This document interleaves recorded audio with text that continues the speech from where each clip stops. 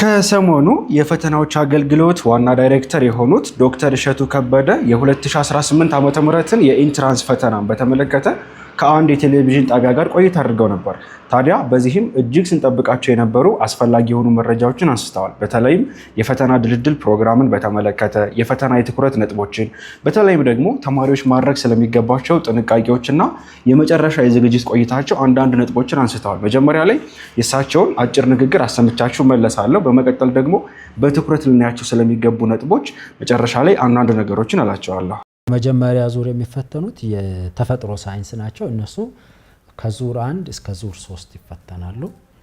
ሁለተኛው ቀጥሎ የሚፈተኑት ማህበራዊ ሳይንስ ናቸው። እነሱ ደግሞ ከዙር 4 እስከ 6 ድረስ ባለው ይፈተናሉ። ዙሩን የምናበዛው በኦንላይን ያለንን ውስን ኮምፒውተር ለብዙ ተማሪዎች ለመጠቀም ከዚህም በኋላ ደግሞ 12ኛ ክፍል ፈተና ተማሪዎችን አንድ ቀን ብቻ ፈተና ማድረግም ፌር አይደለም ብለን ስለምናስብ የመጀመሪያ ዙር ላይ ያመለጠው 3 ቀን ውስጥ ያመለጠው ልጅ ቀጣይ 3 ቀን ውስጥ መጥቶ እንዲፈተን እድል እንሰ ያ ማለት ግን ምን ማለት መሰለሽ ከአቅም በላይ የሆነ ነገር ቢገጥመው ልጁ ተረብሿል እንኳን ፈተና ለምንም ነገር አእምሮ ዝግጁ በማይሆንበት ውስጥ መሆኑን ስናረጋግጥ ለነዚህ ልጆች እድል መስጠት ሎጂካል ተገቢ ነው ፌር ነው ብለን እናስባለን። እኛ የምንመዝነው MLC ሚኒመም ለርኒንግ ኮምፒተንሲ ወይም አጥጋቢ የመማር ብቃት ተብሎ የተለዩ አሉ በየትምህርቱ። ሶስቱንም ዙር የምንመዝነው ለርኒንግ ኮምፒተንሲው ተቀራራቢ ወይም ያው ሆኖ ግን ጥያቄውን አፕሮች የምናደርግበት መንገድ ግን የተለያየ። ሁለተኛ ግን ጀነራል ስታንዳርድ የምንለው አለ 12ን በመጨረሱ ብቻ እነዚህን ጥያቄዎች መመለስ ይችላል ብለን ካታጎሪ አለን።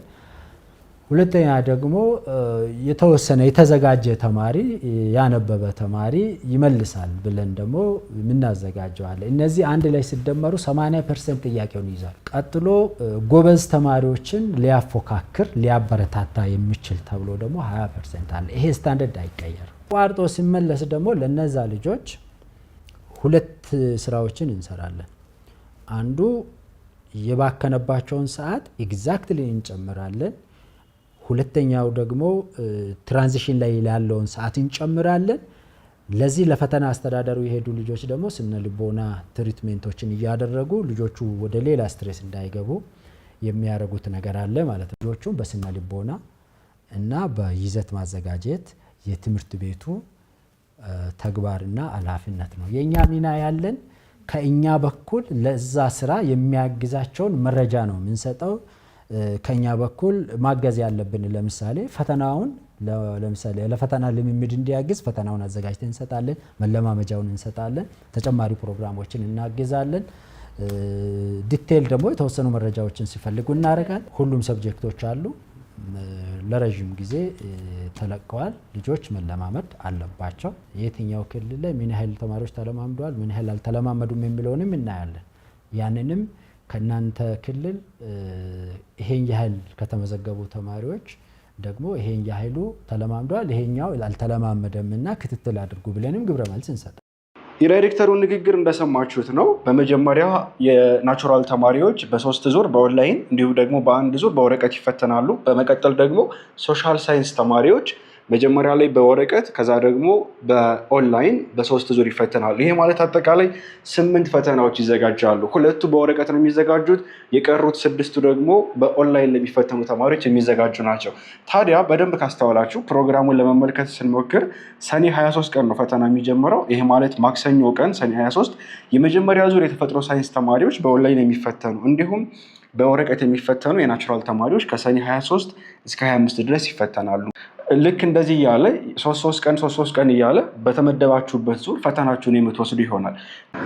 ለዳይሬክተሩ ከቀረቡላቸው ጥያቄዎች መካከል እነዚህ 8 የፈተና አይነቶች በሚዘጋጁበት ሰዓት በመካከላቸው አንደኛው ከባድ አንደኛው ደግሞ ቀላል እንዳይሆን ምን ትጠቀማላችሁ ወይም ደግሞ በመካከል ቫሪዬሽን እንዳይፈጠር ምንድነው የምታደርጉ ተብሎ ሲጠየቁ የመለሱት መልስ ሚኒመም ለርኒንግ ኮምፒተንሲ የሚል አንድ ተማሪ አንድን ቻፕተር ከተማረ በኋላ ሊያውቀው ይገባል ተብሎ የሚጠበቅበት። ይህንን ቸክ ለማድረግ ከፈለጋችሁ ሁሉም ቲቸር ጋይዶች ጋር ሄዳችሁ በየቻፕተሩ የተቀመጡ ሚኒመም ለርኒንግ ኮምፒተንሲዎች አሉ። ኢንትራንስ ትሪክስ እኛ ጋር የክለሳ ፕሮግራማችን ላይ ያካተንላቸዋል። በሁሉም ሰብጀክቶች ልታውቋቸው የሚገቡ ሚኒመም ለርኒንግ ኮምፒተንሲዎችን ከኖት ጋር ጭምር ነው ያካተትንላቸው። ለመሆኑ ምንድናቸው የሚለውን ያሳያችሁ። ለምሳሌ ከ9ኛ ክፍል ባዮሎጂ ዩኒት 1 ላይ አንድ ጥያቄ ይመጣል እንበል። እንግዲህ ለስምንቱም ፈተናዎች ነው፣ አጠቃላይ 8 ፈተናዎች አይደሉ? ለስምንቱም ፈተናዎች አንድ ጥያቄ ይወጣል ቢባል ከነዚህ ከምታዩቸው ለርኒንግ ኮምፒተንሲዎች ውጭ የወጣ አይሆንም ማለት ነው። ጀኔራል ኒዮሎጂ ወይም ደግሞ ጎበዝ ተማሪዎችን ሊያፎካከር የሚችል 20% ካልሆነ በስተቀር 80%ቱ ጥያቄ የሚወጣው በእነዚህ ለርኒንግ ኮምፒተንሲዎች መሰረት ነው። ይሄ ማለት በእነዚህ ለርኒንግ ኮምፒተንሲዎች መሰረት 8 ጥያቄ ይዘጋጅና ራንደምሊ ለ8 ዙር ይከፋፈላል ማለት ነው። በአንጻሩ ደግሞ ሂስትሪ ጋር እንሂድና ሂስትሪ ቻፕተር 1 ላይ ደግሞ በሂስትሪ ለርኒንግ ኮምፒተንሲ መሰረት የተቀመጡ ቶፒኮች አሉ። ሂስትሪ ቻፕተር 1 ላይ ደግሞ 3 ጥያቄዎች ይወጣሉ ቢባል ከነዚህ ከ3ቱ ጥያቄዎች ውስጥ አጠቃላይ ስንት ጥያቄ ይዘጋጃል ማለት ነው? 24 ጥያቄ በለርኒንግ ኮምፒተንሲ መሰረት ይዘጋጃል። ከ24 ውስጥ ለስንት ይበተናል ማለት ነው? ለ8 ይበተናል። አለስ ምን ካልሆነ በስተቀር ማለት ነው። ጎበዝ ተማሪዎችን ያፎካክራሉ ተብሎ የሚታሰቡ 20% ጥያቄዎች ውጭ ያሉ ካልሆኑ በስተቀር እነሱ ሜቢ ከለርኒንግ ኮምፒተንሲ ውጭም ያለፉ ፈተናዎችን መሰረት በማድረግ ኢንዶልሶ ደግሞ ኤክስፐሪመንት ቤዝድ ግራፍ ቤዝድ የሆኑ ትንሽ ሰፋ ያሉ ነገሮች ደግሞ በዚህ ስር ሊካተቱ ይችላሉ። ትንሽ ጠጠር የሚሉ ደግሞ በ20% ይካተታሉ ማለት ነው። ሶ ይህንን አጭር ጊዜ ውስጥ በመጠቀም ምንም ያልጀመራችሁ ተማሪዎች በለርኒንግ ኮምፒተንሲ እና አጭር የክለሳ ፕሮግራም አካተንላቸዋል። እንዲሁም ደግሞ ጠንከር ብላችሁ ደግሞ ከለርኒንግ ኮምፒተንሲ በዘለለ ሰፋ አድርጋችሁ ባዮሎጂ ላይ ኤክስፐሪመንት ቤዝድ፣ ኢኮኖሚክስ ላይ ሁሉንም ግራፎች፣ ማትስ ላይ ሁሉንም ግራፎች በዚህ መልኩ፣ ኬሚስትሪ ላይ፣ ፊዚክስ ላይ፣ ባዮሎጂ ላይ ኤክስፐሪመንት ቤዝድ እና አናላይሲሶችን ሁሉ ባካተተ መልኩ ሰፋ ባለ መልኩ የ4 ዓመት የማትሪክ ጥያቄዎችን በአንድ ያካተተ ኤግዛም ቡክ ከማትሪክ ጥያቄዎችን ፎከስ አድርጎ ከተዘጋጀ የክለሳ ኖት እንዲሁም ለርኒንግ ኮምፒተንሲዎችን ብቻ መሰረት አድርጎ ከተዘጋጀ ኖት ጋር በ3 ዙር የተካተተ ሞዴል ፈተና፣ ፓይለት ኤግዛም እና ሞክ ኤግዛም ኮሌክሽኖች ጋር ማግኘት ከፈለጋችሁ ክፍያ 500 ብር ብቻ ነው። ኢንትራንስ ትሪክስ አፕሊኬሽንን ከፕሌይ ስቶር እና ከአፕ ስቶር አውርዱና መክፈል ትችላላችሁ። ለበለጠ መረጃ ደግሞ ቴሌግራም ቻናላችን ጆይን አድርጉ ወይም በስልክ ቁጥራችን 0920308061 ላይ መደወል ትችላላችሁ።